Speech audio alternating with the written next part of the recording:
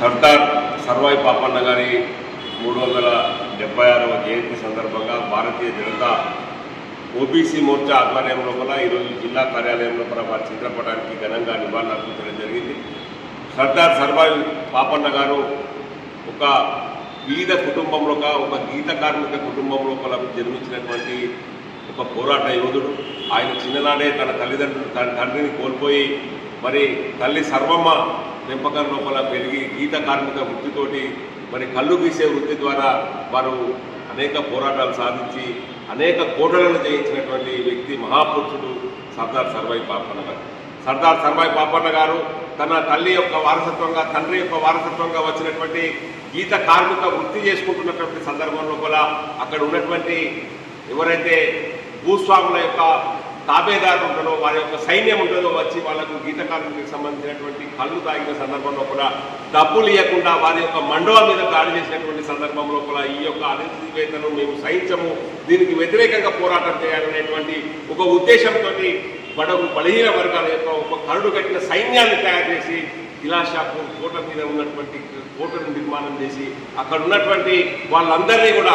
ఒక ధన సమీకరణ జన సమీకరణ చేసుకొని ఒక బలమైనటువంటి సైన్యాన్ని తయారు చేసి ఒక కిలాషాపూర్ కోట నుంచి మరి గోల్కొండ కోట వరకు సుమారు 21 కోటలను ఆయన మరి ఆధీనంలోకి తీసుకోవడమే కాకుండా కొన్ని కోటల మీద పరిపాలన కొద్ది కాలం పాటు చేసి ఈ ప్రాంతం లోపల ఏదైతే బడుగు వర్గాల యొక్క బలహీన వర్గాల యొక్క మరి హక్కుల కోసం ఆయన చేసినటువంటి పోరాటం కేవలము సర్వాయి పాపన్న గారు తన యొక్క రాజరికం కోసం తన అధికారం కోసం పోరాటం చేసినటువంటి వ్యక్తి కాదు. ఎవరైతే అడగాలబడిన వర్గాలు ఎవరైతే అణచివేత గురైతే ఉన్నారో ఎవరైతే ఆ మొఘళ్ళ పరిపాలన లోపల ఆ యొక్క జమీందారుల పరిపాలన లోపల ఇబ్బందులకు గురవుతా ఉన్నారో వాళ్ళందరినీ విముక్తి చేయాలనేటువంటి ఒక సంకల్పంతో 350 సంవత్సరాల క్రితమే ఒక పోరాట యోధుడు ఈ తెలంగాణ ప్రాంతం లోపల మొఘళ్ళ సైన్యానికి వ్యతిరేకంగా పోరాటం చేసినటువంటి గొప్ప వ్యక్తి సర్దార్ సర్వాయి పాపన్న అని చెప్పి ఈ సందర్భంగా తెలియజేస్తా ఉన్నా. వారు చిన్న గీత వృత్తి కళ్ళమ్ముకునేటువంటి వృత్తి లోపల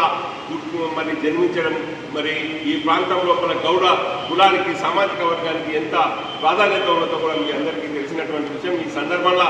మనమందరం కూడా సర్దార్ సర్వాయి పాపన్న ఆశయాలను కొనసాగించాలని వారి యొక్క పోరాట స్ఫూర్తిని